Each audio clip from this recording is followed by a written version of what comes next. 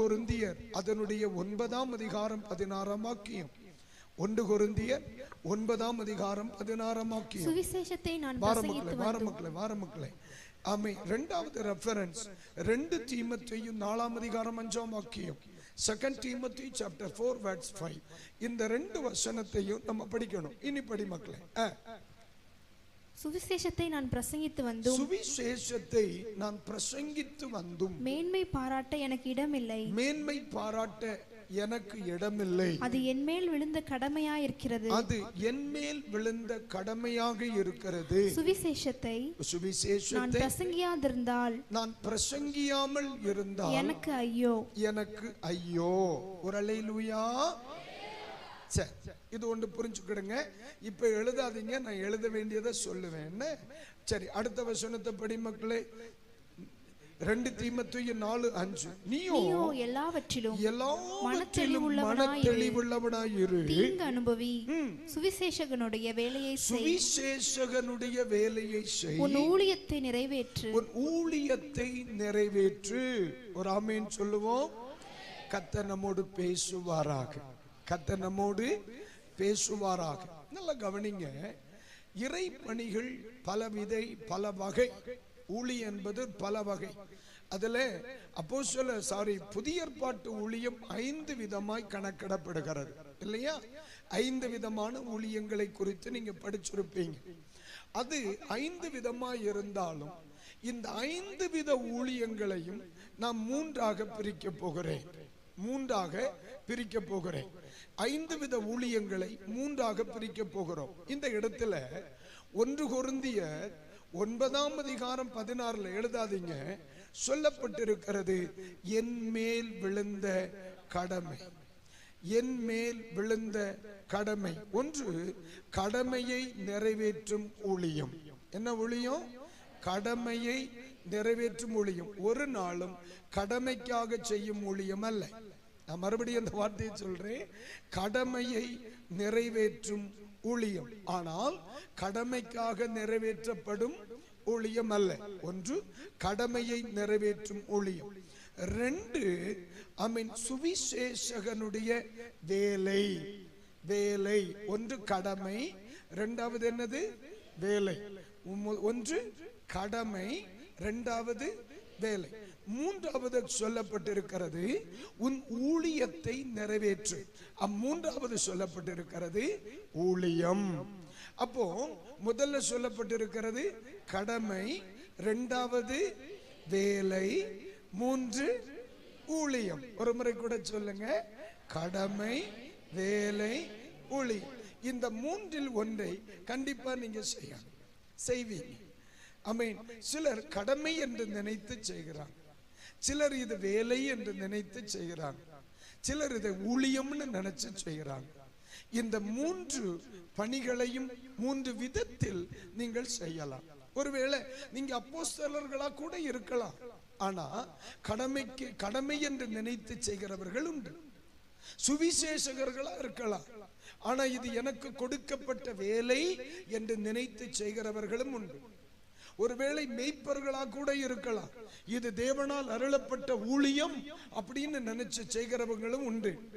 எந்த ஊழியத்தை செய்தாலும் சிலர் கடமை என்று நினைத்து செய்கிறாங்க, சில வேலைன்னு நினைச்சு செய்கிறாங்க, சிலர் ஊழியம்னு நினைச்சு செய்கிறாங்க.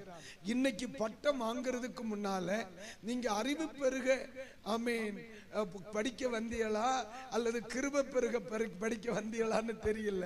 ஆனா ஒன்று, நீங்க கல்வியை அல்லது இந்த பட்டத்தை வெறும் செல்ஃப்ல மட்டும் வைக்க கூடாது. அந்த ஊழியத்தில் நீங்கள் அதை காண்பித்து தான் ஆகணும். ஒருவேளை எப்படி காண்பிக்கலாம்? கடமை என்று, சில வேலை என்று, சில ஊழியம். நீங்க கடமைக்கா செய்தீங்கன்னு சொன்னா உங்களுக்கு அநேக இடங்களில் கடமை என்று நினைத்து செய்தா கர்த்தர் உங்களுக்கு அங்கீகாரத்தை கொடுப்பார். இந்த வார்த்தையை மறந்துடாதீங்க. இது என் மேல விழுந்த கடமை.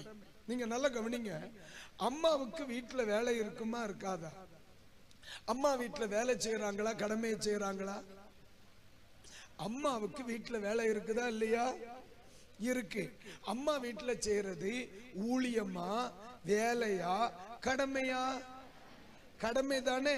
அம்மாவுக்கு யாராவது மாசம் மாசம் உங்களுக்கு சம்பளம் கொடுக்கிறார்களா? அங்க உங்களுக்கு ஒரு அங்கீகாரம் தானே கிடைக்குது. என்ன அங்கீகாரம்?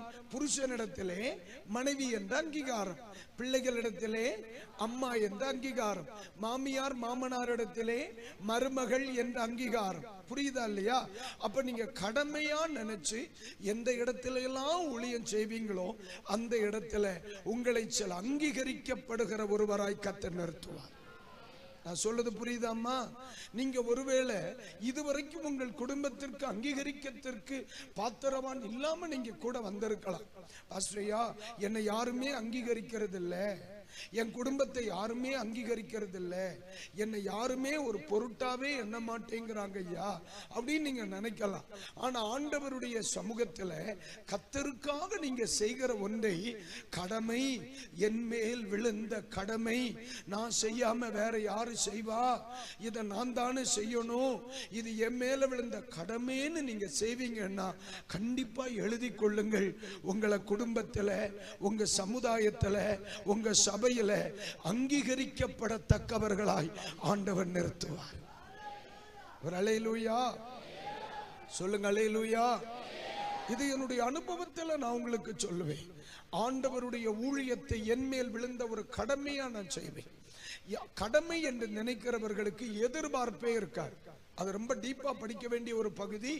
எனக்கு ஒரு எதிர்பார்ப்பே இருக்காது. அது என் மேல் விழுந்த கடமை. அம்மா சம்பளம் எதிர்பார்க்கிறாங்களா? இல்ல. அம்மா பாராட்டுறதை எதிர்பார்க்கிறாங்களா? இல்ல. யார் பாராட்டினாலும் சரி, பாராட்டாம போனாலும் சரி, அம்மா காலையில் எழும்பி அவங்க கடமையை செய்யறாங்களா இல்லையா? அப்ப நீங்க புரிஞ்சுக்கிடணும், எதிர்பார்ப்பே இல்லாம செய்கிறது தான் கடமை. அந்த கடமை என்கிற ஒன்றை நீங்க கர்த்தருடைய ஊழியத்துல செய்வீங்கன்னா, இன்றைக்கு தீர்க்க தரிசனமா உங்க முன்னாடி இந்த வார்த்தையை வைக்கிறேன், தெய்வம் உங்களை அங்கீகரிப்பார். நீங்க சில எல்லையில் அங்கீகரிக்கப்படுவீர்கள். சரியா? ரெண்டு சிலர் என்ன செய்கிறாங்க, இது ஊழியம், சரி இது வேலை அப்படின்னு நினைச்சு செய்கிறாங்க. வேலைன்னு நினைச்சு செய்கிறாங்க. பைபிள் என்ன சொல்லி இருக்கு? வேலை செய்கிறவன் கூலிக்கு பாத்திரவன்.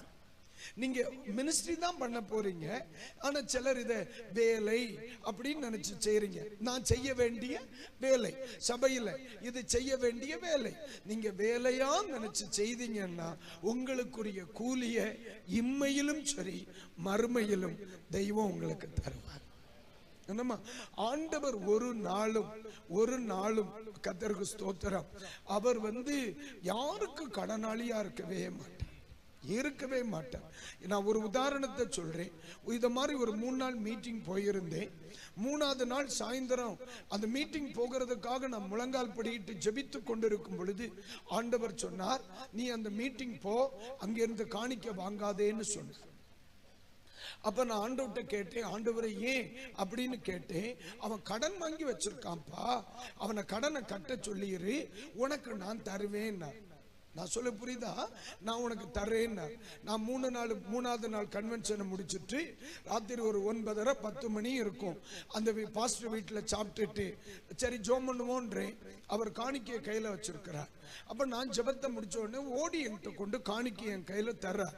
உடனே நான் அந்த அண்ணாவை பார்த்து சொன்னேன், அவர் எனக்கு வயது முதிர்ந்தவர், இன்னைக்கு அண்ணா இல்லை, அவர் இளைப்பாறுதலுக்குள் பிரவேசித்தார். அப்போ அவர் என்கிட்ட நான் சொன்னேன், அண்ணே இந்த காணிக்கை உங்ககிட்ட வாங்கக்கூடாதுன்னு ஆண்டவர் சொன்னார்னே, நீ கடன் வாங்கியா வச்சிருக்கா, இந்த கடனை கட்டிரு, அவர் எனக்கு தருவாராம், நீ எனக்கு தர வேண்டாமா அப்படின்னு சொன்னேன். உடனே அந்த அண்ணே நெஞ்சில படார்னு அடிச்சுட்டு சொன்னாரா தம்பின்னு சொல்லி அழுதுட்டார். ஏன்னா பக்கத்து வீட்டுல ஒருத்தட்ட ஒரு மோதிரத்தை வாங்கி, ஊர்ல ஃபைனான்ஸ் இருக்கும் இல்ல, கடை என்ன அடகு கடை, அதுல கொண்டு வச்சு 3000 ரூபாய் வச்சிருக்கார். 3000 ரூபாய் எனக்கு ஆஃபரிங் தர்றதுக்காக வச்சிருக்கார். அப்ப நான் சொன்னேன், நீ அந்த கடனை அடைச்சிரு, நீ எனக்கு தர வேண்டாமா, எனக்கு அவர் தருவாரா, அதனால உன்கிட்ட வாங்க கூடாதுன்னு சொன்னா ஒரே அழுக. சரி, இது ஞாயிற்றுக்கிழமை ராத்திரி நடக்குது. காலையில 5 மணிக்கு ஜெபம், 6-6:15 ஜெபத்தை முடிச்சுட்டு நான் சர்ச்சில் ஜோம் பண்ணிட்டு இருக்கிறேன். ஒரு சகோதரி ஒருத்தர் என்ன செய்யறாங்க, அவன் ஜெபிக்க வந்தாங்க. கொஞ்ச நேரம் சர்ச்சில் இருந்து ஜோம் பண்ணிட்டு என்கிட்ட வந்து பிரேயர் பண்ணிட்டு ஒரு கவர் கையில கொடுத்துட்டு போனாங்க. நான் அதை வாங்கி மேஜை மேல வச்சுட்டு மறுபடியும் ஜெபம் பண்ணிக்கிட்டே இருந்தேன். ஆவியானவர் சொன்னார், ஏய் அந்த கவரை எடுத்து ஜோம் பண்ணி வாங்குடா, ஜோம் பண்ணி பாருடாது அப்படின்னா. என்ன ஆண்டவரேன்னு கேட்டேன். 3 நாள் மீட்டிங்ல உள்ள காசு வச்சிருக்கேன். 3000 ரூபாய் இருந்துச்சு. அதுக்கு காலையில் 6:30 மணிக்குள்ள நேற்றைக்கு அண்ணன் எனக்கு தரணும்னு நினைச்சிருந்தேன். அந்த 3000 ரூபாயை காலையில் 6:30 மணிக்குள்ள என் கையில் அவர் தர வச்சார். ஏன் தெரியுமா? வேலை செய்கிறவனுக்கு அவர் கூலி கொடுக்கிற தெய்வம். இன்றைக்கு இந்த மாணவர்களாக பட்டம் வாங்குகிறதுக்கு நிக்கிற சொல்றேம்மா, நீங்க மனிதனுக்காக அல்ல, நீ தெய்வத்திற்காக நீ ஏதாகிலும் ஒரு வேலை என்று நினைப்பாய். ஆனால் நிச்சயமா சொல்றேன், நான் அனுபவிச்சு சொல்றேம்மா, அவர் உங்களுக்கு அவர் கூலி தருவார். வேலை செய்கிறவன் கூலிக்கு பாத்திரவன். கைகளை உயர்த்தி ஒரு ஆமேன்னு சொல்லுங்க. 3வது, சிலர் இதை ஊழியமா நினைச்சு செய்யறாங்க. இது ஊழியமா நினைச்சு செய்யறாங்க. ஊழியம் செய்கிறவர்களுக்கு உயர்வு காத்திருக்கிறது. எத்தனை பேர் அந்த வார்த்தையை சொல்லுவீங்க? ஊழியம் செய்கிறவர்களுக்கு உயர்வு காத்திருக்கிறது. எத்தனை பேர் ஒரு ஆமீன் சொல்லுங்க. கடமை என்று நினைக்கிறவர்களுக்கு அங்கீகாரம் காத்திருக்கிறது. வேலை என்று சொல்கிறவர்களுக்கு ஆமீன் ஊதியம் காத்திருக்கிறது, கூலி காத்திருக்கிறது. அதுவேளை ஊழியம் என்று சொல்கிறவர்களுக்கு என்ன காத்திருக்கு? உயர்வு காத்திருக்கிறது. அங்கீகாரமும் உங்களுக்குரிய கூலியும் உங்களுக்குரிய உயர்வையும் இனி இவர்கள் அல்ல தரப்போகிறது, ஆண்டவரே உங்களுக்கு தருவார். சரி ஐயா, இனி நீங்கள் மௌனமாக இருக்க கூடாது, இனி நீங்கள் பொறுமையாக இருக்க கூடாது. கர்த்தர் உங்களை ஆசீர்வதிப்பாராக. இனி கர்த்தருக்காக நீங்கள் ஊழியம் செய்ய விரும்புகிறவர்களானால், ஊழியம் செய்ய போகிறவர்களானால் உங்கள் ஊழியம் எப்படி இருப்பது நல்லது? அப்போஸ்தலனாகிய பவுல் எப்படி அந்த ஊழியத்தை செய்தார்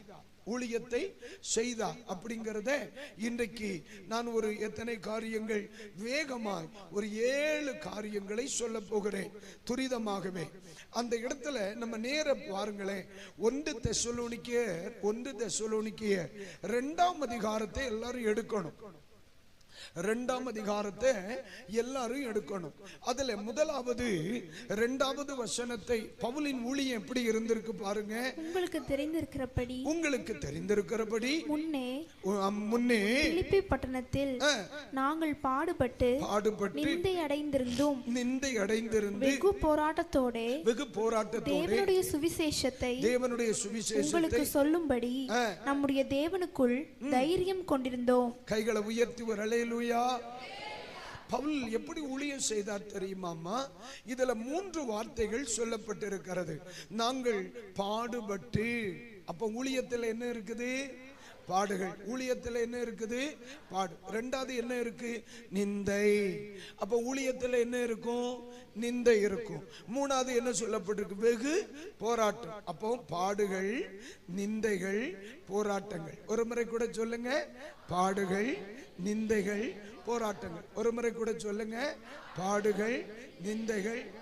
இப்ப சிலர் நினைக்கிறாங்க, இப்பதான் சர்டிபிகேட்டே கையில வாங்க போறோம், ஆரம்பத்திலே பாடுகள் வருமியா, நிந்தைகள் வரும், போராட்டம் வரும்னு சொல்லி எங்க இருக்கிற காத்தையும் புடுங்கி விடுறீங்களா பாஸ்டர்? நான் ஒன்னு சொல்றேன், நீங்க கடமையை என்று நினைத்து செய்தால் அங்கீகாரம் கிடைக்கும். அங்கீகாரமும் கூலியும் உயர்வும் காத்திருக்கிறது. ஆனால் நீங்கள் செல்லுகிற வாழ்க்கை பகுதிகள் சில நேரங்களில் இப்படி இருந்தாலும், பாடுபட வேண்டியதும் நிந்தை அனுபவிக்க வேண்டியதும் போராட்டத்தோடு நின்றாலும், நிச்சயம் சொல்லுகிறேன், உங்களை கர்த்தர் அழைத்த நோக்கம் நிச்சயம் நிறைவேறும். அதை மறந்துடக்கூடாது. அல்லேலூயா. அப்போ பாடுகள் நடுவில் சுவிசேஷ பணி. எழுதி கொள்ளுங்க. அப்போஸ்தலருடைய ஊழியம் எப்படி இருந்துச்சு? பாடுகள் நடுவில். பாடுகள். இன்னைக்கு மேடையில் நிற்கிற அநேகரை நீங்க பார்த்தா எப்படி தெரியும்? பார்க்க தேவ தூதர்களை போல இருக்கிறோம் இல்லையா? ஆனா உண்மையிலேயே தோத்தர் எங்க நிலைமை யாருக்கும் வரக்கூடாதுன்னு நாங்க நினைப்போம். அதுக்கு என்ன காரணம்னா, உயர்வை அனுபவித்த ஒவ்வொரு தேவ மனுஷனும், உயர்வை பாடுகளை அனுபவித்த ஒவ்வொருவனுக்கு பின்னும் இந்த மூன்றும் கண்டிப்பா இருந்திருக்கும். பாடுகள் இருந்திருக்கும், நிந்தைகள் இருந்திருக்கும், ஆமென், போராட்டங்கள் இருந்திருக்கும். உங்களுக்கு இருக்கத்தான் செய்யும். ஒரு அல்லேலூயா. எப்படி இன்னைக்கு வாங்கிட்டு கொண்டு செல்ஃப்ல வைக்கிறீங்களா, ஊழியம் செய்யற மாதிரி ஐடியாவா? கண்டிப்பா இருக்கத்தான் செய்யும். ஆனா என்ன, உங்க கூட கர்த்தர் இருப்பார். விசுவாசிக்கிறவர்கள் மட்டும் ஒரு அல்லேலூயா சொல்லுங்க. அப்போ அப்போஸ்தலனாகிய பவுலின் சுவிசேஷ பணி எப்படி இருந்திருக்கு? பாடுகள் நடுவில் சுவிசேஷ பணி. சொல்லுங்க, இன்னும் சத்தமா சொல்லுங்க. சரி, இந்த பாடுகள் அனுபவிக்கிறதுனால என்ன பலன்? கண்டிப்பா பலன் உண்டு. வேலை செய்கிறவன் கூலிக்கு பாத்திரவான். பைபிள்ல சீக்கிரமா ஒரு 3 ரெஃபரன்ஸ் எழுதிக்கிடுங்க. ரோமர் 8:18, ரோமர் 8:18, 1 பேதுரு 5:1. வேகமா வரணும், டைம் ஆயிட்டு. 1 பேதுரு 5:1, 2 தீமோத்தேயு 2:12, 2 தீமோத்தேயு ஆமென் 2:12. இந்த 3 வசனத்தை நீங்க படிச்சீங்கன்னா 8:18 என்ன சொல்லுகிறது? ஆமென், இனி நம்மிடத்தில் வெளிப்படும் மகிமைக்கு ஒப்பிடத்தக்கவைகள் அல்லவென்று எண்ணுகிறேன். அப்போ இன்னைக்கு நீங்க பாடு சகித்து ஊழியம் செய்தா இது உங்களை எங்க கொண்டு நிறுத்தும் தெரியுமா? மகிமையில கொண்டு நிறுத்தும். ஒரு அல்லேலூயா. நான் ஒன்னு சொல்றேன்ப்பா, நான் ஆணித்தரமா சொல்லுவேன். என் பிள்ளைகள் இன்னைக்கு என் முன்னாடி இருக்கிறதுனால ரொம்ப தைரியமா பிரசங்கம் பண்ணுவேன். இன்னைக்கு நம்ம அனுபவிக்கிற பாடுகள் நம்மளை ஒரு நாள் கண்டிப்பா மகிமைக்கு முன்னால கொண்டு நிறுத்தத்தான் செய்யும். அதுதான் நான் சொல்ல. ஊழியம் ஒருவேளை நீங்க ஆமென் தோத்திரம் என்ன செய்யலாம், கடமை என்று நினைத்து செய்யலாம், அல்லது அது வேலை என்று நினைத்து செய்யலாம், அல்லது ஊழியமா நினைச்சு செய்யலாம்.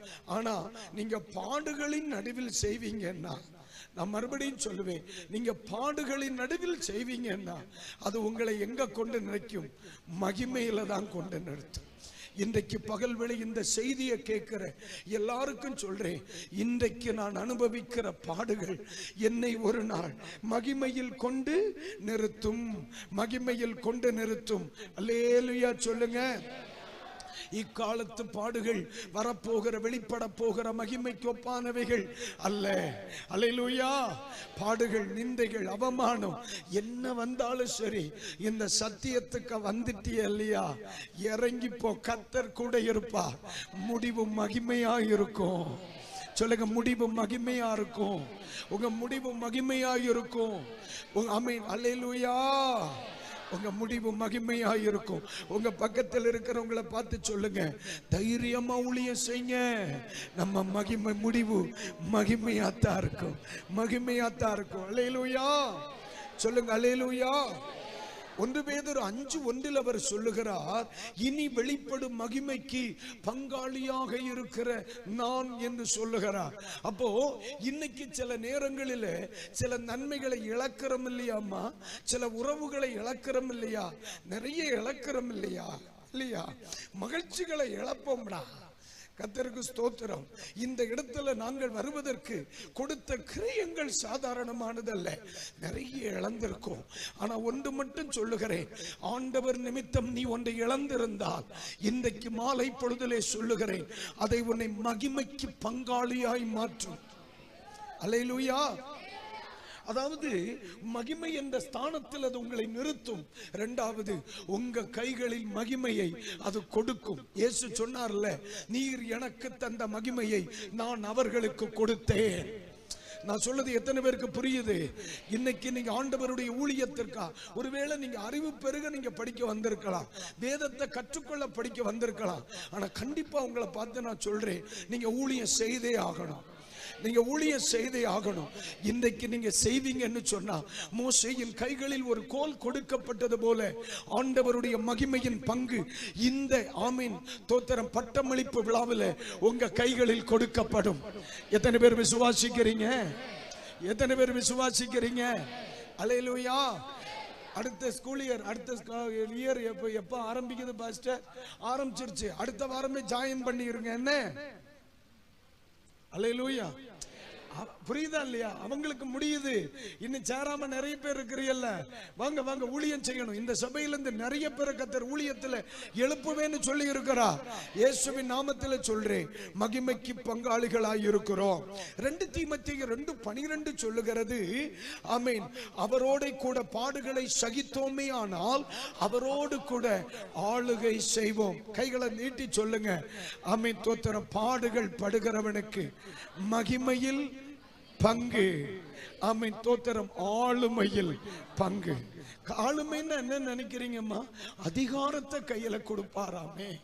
ஆமென், அதுதானே தானே பவுல் சொல்லுகிறார், நிந்திக்கப்பட்டு ஆசீர்வதிக்கிறோம். எப்படி நிந்திக்கப்பட்டு ஆசீர்வதிக்கிறோம். நெருக்கம் இருக்குங்க, பாடுகள் இருக்குங்க, கஷ்டங்கள் இருக்கு. ஆனா நாங்க ஜெபம் பண்ணும் பொழுது நீங்க ஆசீர்வதிக்கப்படுறீங்களா இல்லையா? அப்ப அது ஒரு அதிகாரம் தானே. இன்றைக்கு பகல் வேளை பரிசுத்த ஆவியானவர் இந்த மாலை பொழுதிலே உங்களுக்கு சொல்லுகிற வார்த்தையை நான் சொல்றேன். ஆண்டவர் உங்களை ஆளும்படி வைப்பார். நீங்க எந்த இடத்துல, ஆமென், ஸ்தோத்திரம். இவரு எலியா சொல்லுவார்ல, நான் சொல்லாம மழை என்ன செய்யாது. அது ஆளுமை. நான் சொல்லாம மழை பெய்யாது, நான் சொல்லாம மழை பெய்யாது. அந்த ஆளுமையை கர்த்தர் ஊழியக்காரனுக்கு கொடுப்பார். இன்னொரு வார்த்தையை சொல்றேனே, ஒன்னு கேட்டுக்க. பாருங்க, மோசே எகிப்துக்கு போறாருல்ல, இவர் கோலை எடுத்து கீழே போடுறார். அது என்ன ஆயிட்டு? பாம்பா மாறிடுச்சு இல்ல. உடனே இதனடா சப்ப மேட்ரு, தான் மந்திரவாதியும் கூப்பிட்டு எல்லாவனையும் என்ன செய்துட்டான்? அப்பா பாம்பை போட்டா, எல்லாமனும் கோலை போட்டா, எல்லாம் என்ன ஆச்சிருச்சு? பாம்பாயிருச்சு. என்ன அம்மை தோத்திரம், இந்த கோலை என்ன செய்துச்சு தெரியுமா? அத்தனை பேருக்கா பாம்பையும் பிடிச்சு விழுங்கிட்டு அப்படி அப்படி அப்படி ஜாலியா காண்டிருச்சு. அப்பதான் யோசிக்கிறான், அதான் அதிகாரம். 1000 பேரு நீ செய்ததை செய்தாலும் அத்தனை பேர் செய்கிறதையும் முடிவுக்கு கொண்டு வரணும்னா, ஆமென், அந்த அதிகாரம் உன் கையில தான் இருக்கும். அதான் அந்த ஆளுமை. அதுதான் அந்த ஆளுமை. இன்னும் உங்களுக்கு புரியுற மாதிரி சொல்றேன். உடனே இவர் என்ன செய்யறார்? கம்பெடுத்துட்டு போய் தண்ணியில புழுதியில் அடிக்கிறார். தவளையா என்ன செய்திருது? உடனே அவர் என்ன செய்யறார்? மந்திரவாதிகளுக்கு கட்டளை இடுகிறார். அவங்களும் புழுதியை அடிக்கிறாங்க. அங்க என்ன செய்யறது? இப்ப என்ன பிரச்சனைன்னா, மோசேயினால் உருவாக்கப்பட்ட தவளைகள் கூடுதல் யாரால? மந்திரவாதிகளினால உருவாக்கப்பட்ட தவளைகள். ஆக மொத்தம் இஸ்ரவேலிய தவளைகளும் எகிப்திய தவளைகளும் சேர்ந்து ஊரே மூடி போச்சு. ஆனா ஒன்னு சொல்றேன், எகிப்து ராஜா தவளைய உருவாக்குறதுக்கு மந்திரவாதிகளை அழைச்சான், நிறுத்துறதுக்கு யார அழைச்சான்? அதுதான் தெய்வம் உனக்கு தருகிற அதிகாரம். நீ செய்ததை அவன் செய்தான், ஆனா நிறுத்த எவனால முடிஞ்சிச்சு? அபிஷேகம் பெற்ற ஒருவனால தானடா முடிஞ்சு. பாடுகளின் நடுவில் ஆண்டவருக்காய் வேலை செய்கிற ஒருவனால தானப்பா முடிஞ்சது. கண்ணீரின் நடுவிலே ஆண்டவருக்காக வாழ்ந்த ஒருவனால தானே முடிஞ்சது. இப்ப தெரியுதா இந்த பாடுகள் உன்னை என்ன கொண்டு நிறுத்தும்னு? இன்னைக்கு நீ அனுபவிக்கிற பாடுகள் உன்னை எங்க கொண்டு நிறுத்தும்னு மோசே, ஆமா, எலியா சொன்னது சரிதானே. நான் சொல்லாம வராதடா. நீ என்னத்தான் கெமிக்கல் போட்டு பாரு, நீ என்னத்தான் மரம் நட்டு பாரு, ஒருவேளை அசோக ராஜாவினுடைய தம்பியாவே இரு, எனக்கு நோ ப்ராப்ளம். நான் சொல்லாம மழை வராது. சாவி நம்ம கையில. அல்லேலூயா. பாடு சகித்தவனின் கையில் அதிகாரத்தை கொடுத்தவர் அவர். இன்னைக்கு நான் ஒண்ணு மட்டும் சொல்றேன், உங்களுடைய போதகர் உங்களுடைய படிப்புக்குரிய பட்டத்தை தருவார். ஆனா இந்த நேரத்தில் நீ செய்வதற்கு வேண்டிய அதிகாரத்தை இந்த நிமிஷத்தில் கர்த்தருடைய ஆவியானவர் தருவார். எத்தனை பேருக்கு நான் சொல்லுது புரியுது? இந்த பட்டம் உங்களுக்கு அங்கீகாரம். அல்லேலூயா. ஆண்டவர் தருகிற அபிஷேகம் உங்களுக்கு அதிகாரம். நான் சொல்லுது எத்தனை பேருக்கு புரியுது? அல்லேலூயா. அது யோவான் சொல்றாருல்ல, நான் உங்களுக்கு ஜலத்தினால் கொடுக்கிறேன், எனக்கு பின் ஒருவர் அக்கினியினால் கொடுக்கிறார். அதே மாதிரிதான் அவர் பேப்பர்ல தர்றார், கையில வாங்கிக்கோ. இவர் கிருபையா தர்றார், தலையில வாங்கிக்கோ. ஒரு கைத்தட்டு கொடுத்துடலாமா இல்லையா ஆண்டவருக்கு? ஆண்டவர் தலையில தருகிறார். ஆமா, நீங்க தெரிஞ்சு வந்தீங்களோ தெரியாம வந்தீங்களோ, ஆனா இந்த இடத்திலிருந்து புரிஞ்சுக்கிடணும். ஆமென். நீங்கள் செய்ய போகிறது கடமையானாலும் சரி, நீங்க செய்ய போகிறது ஊழியமானாலும் சரி, ஆமென் ஸ்தோத்திரம். ஒருவேளை நீங்கள் செய்ய போகிறது ஆமென் வேலையானாலும் சரி, உண்மையாய் செய்யுங்கள். கர்த்தர் உங்களை அதிகாரப்படுத்தி பயன்படுத்துவார். கைகளை உயர்த்தி ஒரு ஆமென் சொல்லுங்க, சத்தமா சொல்லுங்க. அல்லேலூயா, அல்லேலூயா. ஆண்டவர் நல்லவர். நான் 7 காரியங்கள் உங்களுக்கு சொல்லுவேன் என்று சொன்னேன். ஒரு காரியம் சொல்லி இருக்கிறேன், பாடுகளின் நடுவில் ஊழியம். சொல்லுங்க அந்த வார்த்தையே ஒரு முறை கூட சொல்லுங்க, இன்னும் சத்தமா சொல்லுங்க. அல்லேலூயா. ரொம்ப கவனமா 4வது வசனத்தை ஒண்ணு படிங்க பார்க்கலாம். 4வது வசனம் 1 தெசலோனிக்கேயர் 2:4 படிங்க. 2ஆம் அதிகாரம் 4ஆம் வாக்கியம். சுவிசேஷத்தை என்னிடத்தில் ஒப்புவிக்கத்தக்கதாய் தேவன் எங்களை உத்தமர் என்று எண்ணினபடியே. இந்த வார்த்தை கவனிங்க, உத்தமன் என்று எண்ணினபடியே. நாங்கள் மனுஷருக்கு அல்ல. இந்த வார்த்தை கவனிங்க, நீங்க ஊழியம் செய்ய போறீங்க தானே, நாங்கள் மனிதர்களுக்கு அல்ல, எங்கள் இருதயங்களை தேவனுக்கு இருதயங்களை சோதித்தருகிற தேவனுக்கு பிரியமுண்டாக ஆமென் பேசுகிறோம். அப்ப நீங்க செய்கிற ஊழியம் மனிதர்களை பிரியப்படுத்துவதற்கு அல்ல, நம்ம பிரியப்படுத்த வேண்டிய ஒரே ஆளு நம்முடைய இரட்சகராகிய இயேசு கிறிஸ்து மாத்திரமே. கைகளை உயர்த்தி ஒரு அல்லேலூயா சொல்லுது. உங்களுக்கு புரியுதா இல்லையா?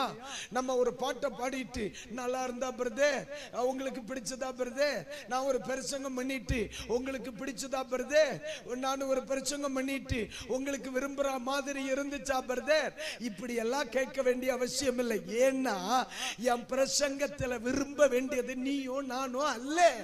என்னுடைய பிரசங்கத்தில் விரும்ப வேண்டியவர் என்னுடைய இருதயத்தை அறிகிற ஒரு தெய்வம் உண்டு, அவர். இந்த நாள் உங்களுக்கு நான் சொல்லி விடுகிறேன். இன்னொரு முறை என்னுடைய பிரசங்க பீடத்திற்கு முன்னால நீங்க நிற்பியலான்னு எனக்கு தெரியாது. ஆனா இன்னைக்கு சொல்றேன், மனிதனை பிரியப்படுத்த அல்ல, நீ தெய்வத்தை பிரியப்படுத்த ஊழியம் செய்யணும். நீ ஒரு இடத்தில் பேசினால் நீ பிரியப்படுத்த வேண்டியது தெய்வத்தை, ஒரு இடத்தில் பாடினால் பிரியப்படுத்த வேண்டியது தெய்வத்தை, ஒரு இடத்தில் தெய்வத்திற்கு வேண்டி நின்னால் பிரியப்படுத்த வேண்டியது தெய்வத்தை. ஆண்டவர் இயேசு கிறிஸ்து வேற எவரையும் பிரியப்படுத்த பேசல, ஆமை பிதாவாகிய தெய்வத்தை மட்டுமே அவர் பிரியப்படுத்த பேசினார். கைகளை உயர்த்தி ஒரு அல்லேலூயா சொல்லுங்க, சொல்லுங்க அல்லேலூயா. எபேசியர் 6:6 படிங்க மக்களே, எபேசியர் 6:6 படிங்க. மனுஷருக்கு பிரியமாயிருக்க விரும்புகிறவர்களாக பார்வைக்கு ஊழியம் செய்யாமல் கிறிஸ்துவின் ஊழியக்காரராக மனப்பூர்வமாய் தேவனுடைய சித்தத்தின்படி செய்யுங்கள். ஏற்கனவே வந்துருச்சா? நம்ம ஏற்கனவே இதான படிச்சிட்டு இருக்கிறோம், இதான படிச்சிட்டு இருக்கிறோம். அப்ப பைபிள் என்ன சொல்லுது? மனிதருக்கு பிரியமாக. ஆமை தோத்துறோம். நான் பாட்டு நடத்தினா ரொம்ப எல்லாரும் விரும்புறாங்க, என்ஜாய் பண்றாங்க. பாஸ்டர், மக்கள் என்ஜாய் பண்றது அல்ல நம்ம வேலை, பரலோகம் என்ஜாய் பண்ணணும். அல்லேலூயா. ஆமா, என்ன என்ஜாய், டைம் போனதே தெரியல, சூப்பரா இருந்துச்சு. அப்படி ஐயா இவங்க வாரும் சூப்பரா இருக்குன்னு சொல்லப்படாது, பரலோகம் சொல்லணும். ஐயா நீ சூப்பரா பிரசங்கம் பண்ணா, பரலோகம் சந்தோஷப்படணும்னா என்ன செய்யணும்? ஒரு பாவி மனம் திரும்பும் பொழுது பரலோகம் சந்தோஷப்படும். நீங்க 1000 மணி நேரம் பாடலாம், 1000 மணி நேரம் ஆடலாம், 1000 ஜனங்கள் ஆட வைக்கலாம். ஆண்டவருடைய இருதயத்துல சந்தோஷம் வரணும்னா, இருளுக்குள் வாழ்கிற ஒரு மனிதன், பாவத்திற்குள் வாழ்கிற ஒரு மனிதன் கிறிஸ்துவண்டை வந்தே ஆகணும். அப்ப என்னுடைய ஊழியத்தின் மிக முக்கியமான நோக்கம் என்ன? அழிந்து போகிற ஆத்துமாக்களை கிறிஸ்துவண்டை நடத்துவதே என் மேல் கர்த்தர் வைத்த நோக்கம். அல்லேலூயா. அல்லாத பட்சத்தில் இன்னைக்கு சூப்பர்னு சொல்றவே நாளைக்கு உன்னை பேப்பர் ஆக்கி நிறுத்திடுவான். இன்னைக்கு உங்களை புகழுகிறவர்கள், இன்னைக்கு உங்களை புகழுகிறவர்கள், இன்னைக்கு உங்களை மேன்மையா நினைக்கிறவங்க, இன்னைக்கு உங்களை உயர்ந்த நிலத்தில் பார்த்து இவரை மாதிரி ஒரு பாஸ்டரை பார்த்ததில்லை, இவரை மாதிரி ஒரு சிஸ்டரை பார்த்ததில்லைன்னு சொல்றவே இல்ல, பெரிய ஆப்பா வச்சிருப்பா. உனக்கு புரியுதா? அதனால இவங்க யாரும் சொல்றது இல்லை. எனக்கு ஒரே காரணம் என்ன? பேதுரு சொன்னார்ல, என்னை நீர் அறிவீர் ஆண்டவரே. ஹல்லேலூயா. யாரை பிரியப்படுத்தி கொண்டிருக்கிறோம் கவனிக்கணும். நான் யாரை பிரியப்படுத்த பேசுகிறேன். அப்போஸ்தலன் பவுல் சொல்லுகிறார், யாருடைய சர்டிபிகேட் எனக்கு வேண்டாப்பா. என்னுடைய முகத்தை, பூமியில் நான் செய்கிற ஒவ்வொரு செயலும் ஆண்டவருடைய இருதயத்தில் சிரிப்பை கொண்டு வரணும். ஆண்டவருடைய முகத்தில் சிரிப்பை கொண்டு வரணும். யாரை பிரியப்படுத்த பேசுகிறோம், யாரை பிரியப்படுத்த போகிறோம், யார் நம் மூலம் சந்தோஷப்பட போகிறார்கள் சொல்லுங்க. இயேசு. இருதயத்தை அறிகிற இயேசு. சத்தமா சொல்லுங்க, இருதயத்தை அறிகிற. சத்தமா சொல்லுங்க, இருதயத்தை அறிகிற. சில இடங்கள்ல ரொம்ப கண்டிப்பா பேசுவேன், சில இடம் இருதயம் ஆமா யோசிக்கவே மாட்டேன். ஆண்டவர் சொல்லுகிற வார்த்தையை பளிச்சுன்னு பேசிட்டு போயிட்டே இருப்பேன். ஒரு முறை என்னை பார்த்து ஒரு சிநேகிதர் கேட்டார், நீ இப்படி பேசிட்டு நடந்தா உன் சபைக்கு எவன் வருவான், உன்னை எவன் மீட்டிங் கூப்பிடுவான்னா? ஒரே வார்த்தை இல்ல, நீ இப்படி. என்னுடைய சிநேகிதன் அவன், அவன் நல்ல பெரு ஒரு கணத்துக்குரிய ஒரு சபையின் போதகர். அம்மை தோத்தர சொன்ன, இப்படி நீ பிரசங்கம் பண்ணிட்டு நடந்தா உன் சபைக்கு எவன் வருவான், எவன் வருவான், உன்னை எவன் கூப்பிடுவான் ஊழியத்துக்கு? கொஞ்சம் நாசுக்கா பேசு அப்படின்னா நான் சொன்னேன், 10 பன்னிக்குட்டியை விட ஒத்த ஆட்டுக்குட்டி சிறந்தது. நான் பன்னிக்குட்டிக்கு பாஸ்டரா இருக்க விரும்பல. ஹல்லேலூயா. 10 பன்னி, ஒரு பன்னிக்குட்டி 1500 ரூபாய், 2000 ரூபாய். 10 பன்னிக்குட்டியை போனா 20000 ரூபாய். ஒத்த ஆடு 16000 ரூபாய், 20000 ரூபாய். நீ 10 வச்சிருக்க, நான் 1 வச்சிருக்கேன். என்ன பன்னியா ஆடாங்கிறதான் பிரச்சனை. அல்லேலூயா. அதனால தான் சொல்றேன், மனிதனை பிரியப்படுத்துவது அல்ல நம்முடைய வேலை.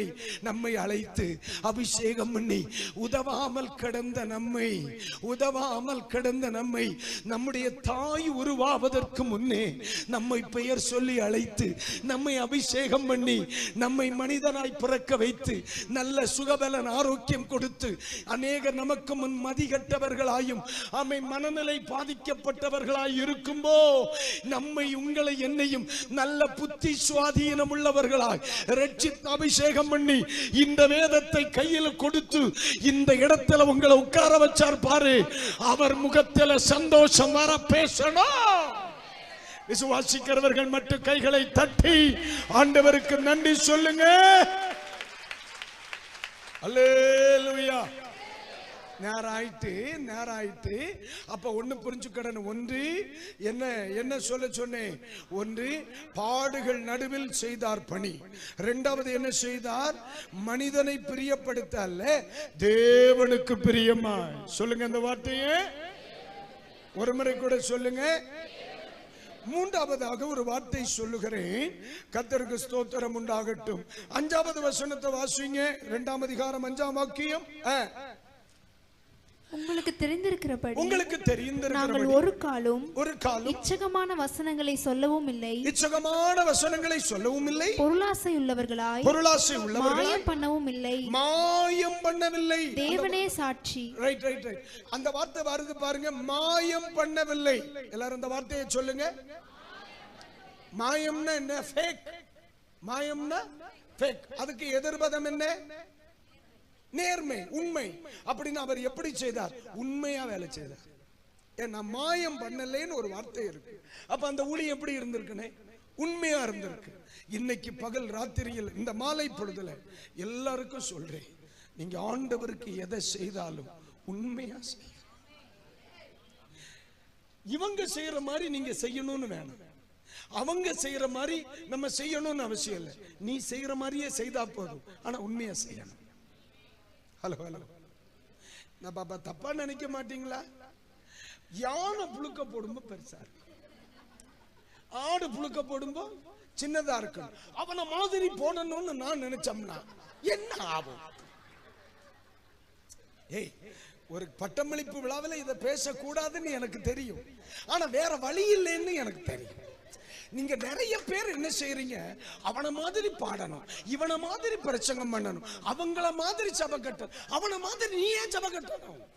நீ மாதிரியா இருக்க விரும்புறேன்னா இயேசு மாதிரி ஆகு, இல்லைன்னா நீயாவே இரு. நான் தினகரன் ஆக போறேன், அவரை வச்சு சமாளிக்கிறதே பெரிய பிரச்சனை. நான் ஜஸ்டின் மோசஸ் ஆய் போல. எதுக்கு ஜஸ்டின் மோசஸ்? அவங்கள்ட்ட கேட்டு என்ன படுற பசி, நான் இவங்கள படுத்துற பாடு. நான் இங்க தேவதூதனை போலதானே இருக்கேன். அவங்களுக்கு தெரியுமில்ல நான் படுத்துற பாடு. இன்னொரு ஜஸ்டின் மோசஸ் வேணாம், நீயே இருந்துட்டு போ. அல்லேலூயா. நிறைய செய்யண்டாம் பிரதர், சின்னதா தான் ஆடு சின்னதா தான். ஆனா என்ன பேலன்ஸ் வைக்காம உண்மையா உள்ள பேலன்ஸ் இருந்து சீக்க பிடிச்சிடும். என்ன பண்ற நீ உண்மையா. அல்லேலூயா. சண்டே ஸ்கூல் பண்றியா, உண்மையா செய். யூத் மினிஸ்ட்ரி பண்றியா, உண்மையா செய். பிரதர் சொன்னார், நான் VBS எல்லாம் நடத்துறேன், சண்டே ஸ்கூல், நீ உண்மையா செய். யாருக்காக? கர்த்தருக்காக. அல்லேலூயா. நீங்க எனக்கு சர்டிபிகேட் தர போறீங்களானே? இல்லையானே. அந்த சராசரங்களை படைத்த தேவனுக்கு முன்னால ஒரு நாள் நம்ம எல்லாம் எழும்பி நிற்கும் பொழுது நம்ம கையில பலன் தருகிறவர் யாரு? நமக்கு பரிசு தருகிறது யாரு? இப்போ ஒரு வார்த்தை சொல்லணும், சாகிறது வரைக்கும் ஆண்டவருக்கு உண்மையா இருக்கு, எனக்கு கிருபை தரணும் ஆண்டவர். எத்தனை பேருக்கு நான் சொல்லுகிற வார்த்தை புரியுது? உண்மையா இருக்கணும், மாயம் பண்ணக்கூடாது, மாயம் பண்ணக்கூடாது. நீங்களாவே இருங்க. சில ஆட்களை நான் பார்ப்பேன், ஆமீன், 4 பேரோட பழகும் பொழுது ரொம்ப பெர்ஃபெக்டா பரிசுத்தமான மாதிரி காட்டுக்கிடுவான். தனியா போயிட்டேன்னு சொன்னா சாக்கடையில் கிடக்கிற பன்னியை விட மோசமா இருப்பாங்க.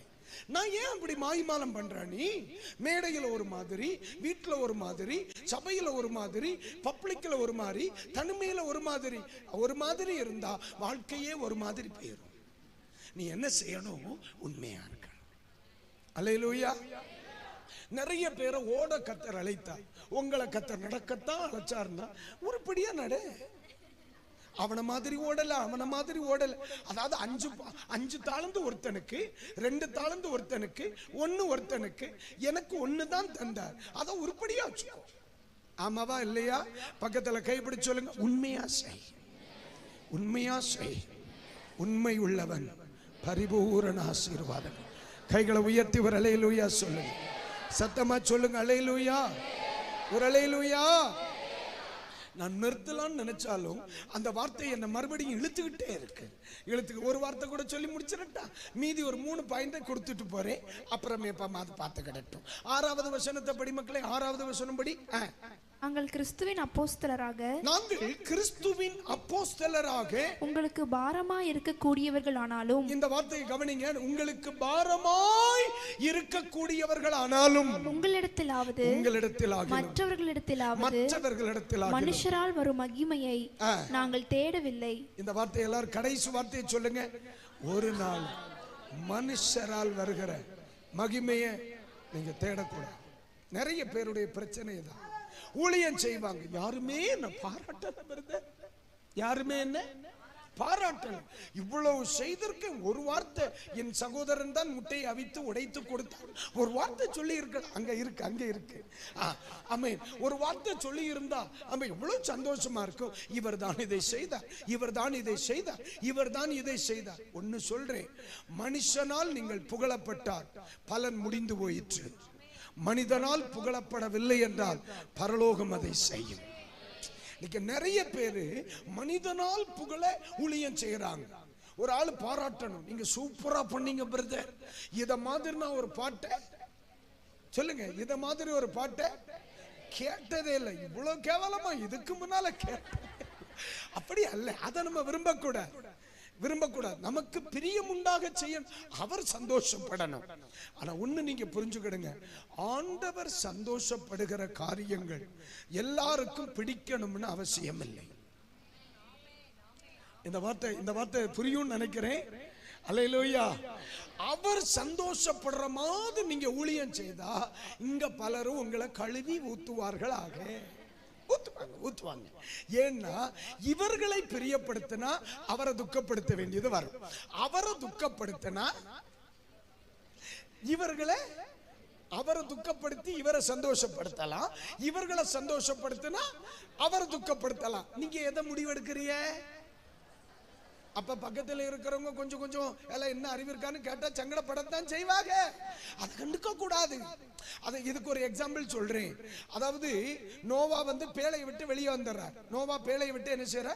வெளியே வருகிறார். சுத்தமான மிருகங்களை பிடிச்சு என்ன செய்யற? பலி செலுத்துறாரா? உங்க ஊர்ல சுடுகாடு உண்டா? இருக்கா இல்லையா? அது மட்டும்தான் இருக்கோ? நான் பார்த்தேன் 2 நாளைக்கு முன்னால போனேன்.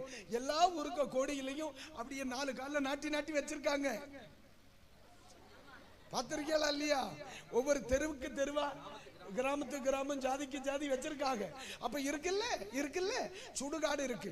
ஏமா ஒரு சரீரத்தை எரிக்கும் பொழுது நாத்தம் அடிக்குமா மணக்குமா? நாரதானே செய்யும். ஒரு எலிய சுட்டா, நாய சுட்டா, கழுதைய சுட்டா, உங்களை இல்லல கழுதைய சொன்னேன். ஐயோ நாருமா இல்லையா? சரி, அப்ப அந்த மனுஷன் எரிக்கிறாமல்ல. பைபிள் என்ன சொல்லுது? கர்த்தர் சுகந்த வாசனையா நீ நாறுதுன்ற, அவர் மணக்குதுன்ற. என்ன நீங்க ஒரு மாதிரி டயர்ட் ஆயிட்டிய? எனக்கு இதை எரிக்கும் பொழுது நாத்தம் அடிக்குது. அவர் சொல்ல பேஸ் வெரி நைஸ். அப்ப யோசிக்கணும், எனக்கு எது பிடிக்குதோ அது அவருக்கு பிடிக்காது. அவருக்கு எது பிடிக்குமோ அப்போ நீ கண்டிப்பா ஆண்டவருடைய மகிமைக்காக நீங்க ஊழியம் செய்யணும்னு நினைச்சீங்கன்னா, நீ காலையில சொன்னமில்ல, காலையில சொன்னமில்ல, பாஸ்டர் ஜஸ்டின் மோசஸ் மரணம் கழிவு ஊத்தத்தான் செய்வாங்க, ஏளனம் பண்ணத்தான் செய்வாங்க. நம்ம என்ன ஆண்டவரை பிரியப்படுத்துறோம் இல்ல? ஆண்டவருக்கு பிரியமானது மனுஷனுக்கு பிரியமா இருக்கணும்னு அவசியம். ஆனா ஊழியம் செய்கிறவர்களுக்கு சொல்றேன், நம்ம யாருடைய மகிமைக்காக?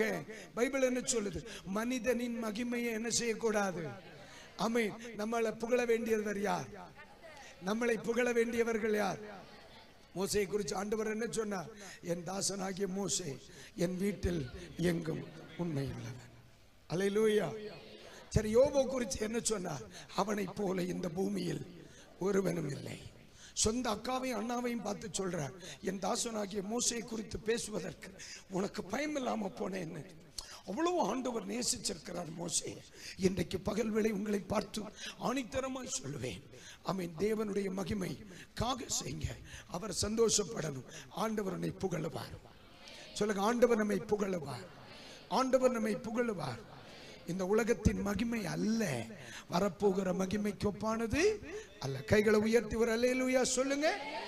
சரி, யோவான் 12ஆம் அதிகாரம் 26ஆம் வசனம் அதோட முடிச்சிட்டேன். அவ்வளவுதான். 26 12 26. யோவான் 12 26. ஒருவன் எனக்கு ஊழியம் செய்கிறவனானால், ஏசப்பா சொல்றார், ஒருவன் எனக்கு ஊழியம் செய்கிறவன் என்னை பின்பற்ற கடவன். நான் எங்கே இருக்கிறேனோ அங்கே என் ஊழியக்காரனும் இருப்பான். ஒருவன் எனக்கு ஊழியம் செய்தால் அவனை பிதாவானவர் கனம் பண்ணுவார். கைகளை உயர்த்தி ஒரு அல்லேலூயா சொல்லுங்க. இந்த வசனத்தை கொஞ்சம் புரியுற மாதிரி சொல்றேன். ஒருவன் எனக்கு ஊழியம் செய்ய விரும்பினால் என்னை பின்பற்ற கடவன். அப்படின்னா அர்த்தம், நான் செய்த மாதிரி செய்.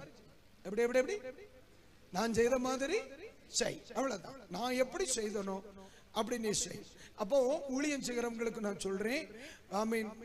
மத்தேயு, மார்க்கு, லூக்கா, யோவான், இந்த 4 அதிகாரத்தையும் நல்லா படிக்கணும். சரிதானா பாஸ்டர்யா? இயேசுவ மாதிரி ஊழியம் செய்யணும்னா அவர் என்ன செய்தார்னு படிக்கணும். அதை படிக்க படிக்க படிக்க படிக்க நம்ம வாழ்க்கை மறுரூபம் அடைந்து கொண்டே இருக்கும். சரியா? அடுத்த வார்த்தை என்ன சொல்லப்பட்டிருக்கிறது? நான் எங்கே இருப்பேனோ அங்கே என் ஊழியக்காரனும். அதை நேரம் மாத்தி சொல்லுங்க, என் உண்மையா ஊழியம் செய்யற என் பிள்ளை எங்க இருக்கிறானோ அங்க நான் இருப்பேன். பக்கத்துல கைப்பிடி சொல்லுங்க, உங்க கூட கர்த்தர் இருப்பார். என்னம்மா? ஆமென். அதாவது அவர் இருக்கிற இடத்துல நான் இருக்கிறதுங்கிறது பரலோகத்துல. ஆமென். நம்ம மூக்கல்ல 2 பஞ்சு சொருவாக இல்ல, அது வரைக்கும் அவர் நம்ம கூட இருப்பார். இங்க காட்டன் சொருகிட்டான்னா நம்ம அவர் கூட இருப்போம். எங்கேயும் நம்ம சேர்ந்துதான் இருக்க போறோம். அவர் நம்ம கூட இருக்கிறோம்னா நம்ம உசுரோட இருக்கணும்னு அர்த்தம். நம்ம அவரோட இருக்கிறோம்னா பாய் சொல்லியாச்சுன்னு அர்த்தம். கர்த்தர் உங்களோடு கூட இருப்பாராக கடைசி வரை. அல்லேலூயா. கடைசி வரை கர்த்தர் உங்க கூட இருப்பார். ஒரு அல்லேலூயா. ஆண்டவர் என்னை ஊழியத்திற்கு அழைத்த பொழுது இப்படியெல்லாம் நான் பிரசங்கியாரா மாறுவேன், ஊழியம் செய்வேனெல்லாம் எனக்கு தெரியாதும்மா. எப்படியோ ஏதோ ஒரு பாஸ்டர் கிட்ட கார் ஓட்டி கஞ்சியை வைத்த பொழிவனும் இப்படிதான் நம்ம கிளம்பி வந்தோம். ஒன்றும் தெரியாது, சரியா தமிழ் வாசிக்க வராது. அப்புறம் எங்க பிரசங்கம் பண்ண, ஆனா ஏதோ கொஞ்சம் கொஞ்சம் பாட்டு பாடுவேன். இப்போ அதுவும் இல்லாமல் போயிட்டு அப்போ அப்படியே வந்தோம், ஏதோ ஊழியத்துக்கு வந்தோம். அப்போ ஆண்டவர்கிட்ட நான் அடிக்கடி சொல்லுவேன், ஆண்டவரே என் கூட நீங்க இருக்கணும், நீங்க கூட எந்த இடத்துலையும் என்னை தனியா விட்டுறக்கூடாது. நான் ஆண்டவர்கிட்ட சொன்ன ஒரு வார்த்தை, ஏறத்தாழ 31 ஆண்டுகள் தேவனுடைய கிருபையுள்ள பணியில் வர என் தேவனாய் 30 ஆண்டுகளை கடந்து நிற்கிறேன்.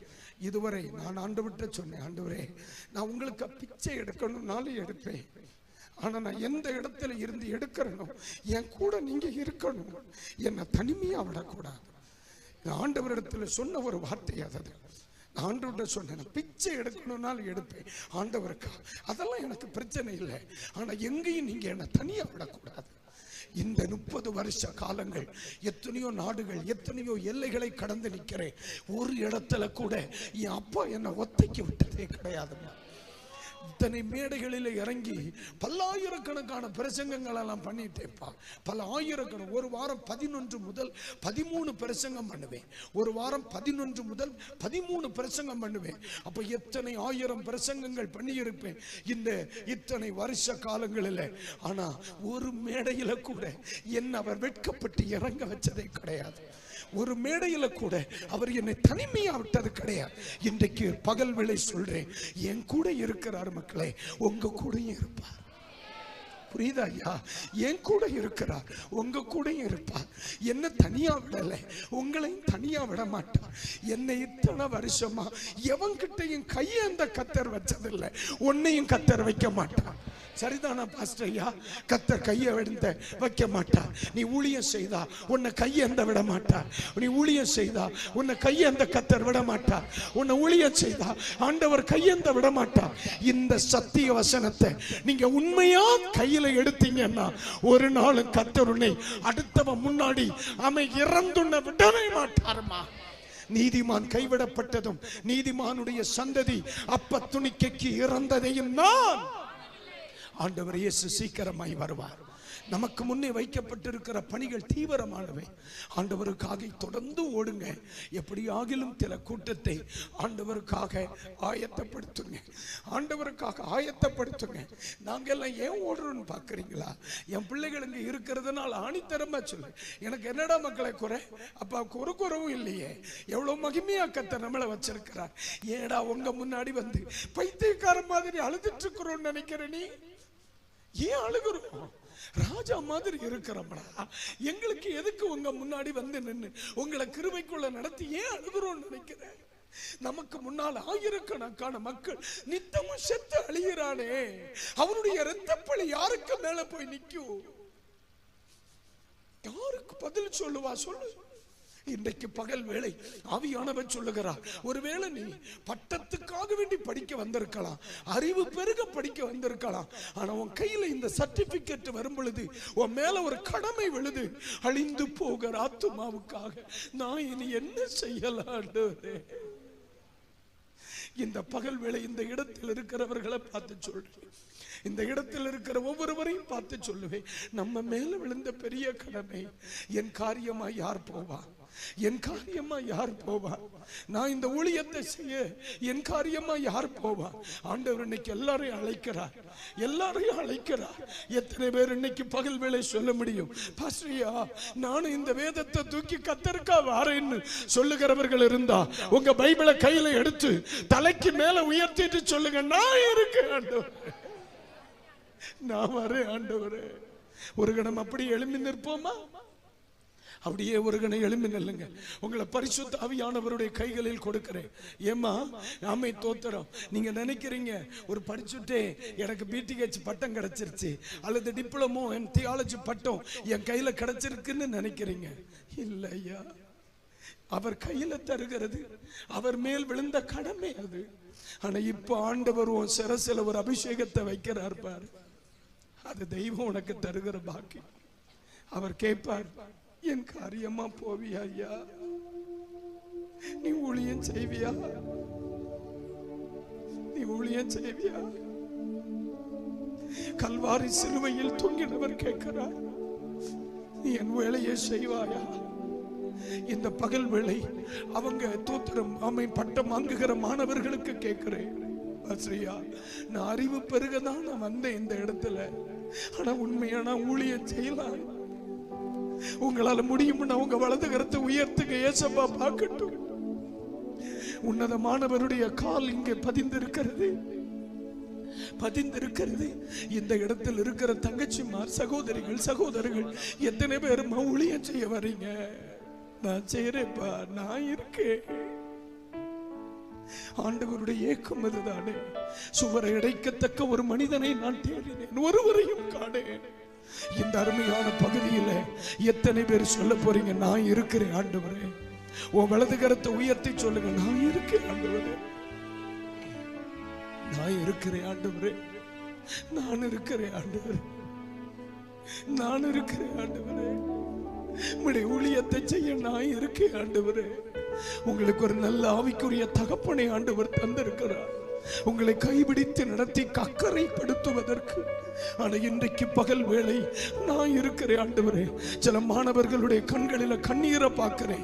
Jesus change in your life. உன்னுடைய வாழ்க்கை மாறப்போகுது மக்களே.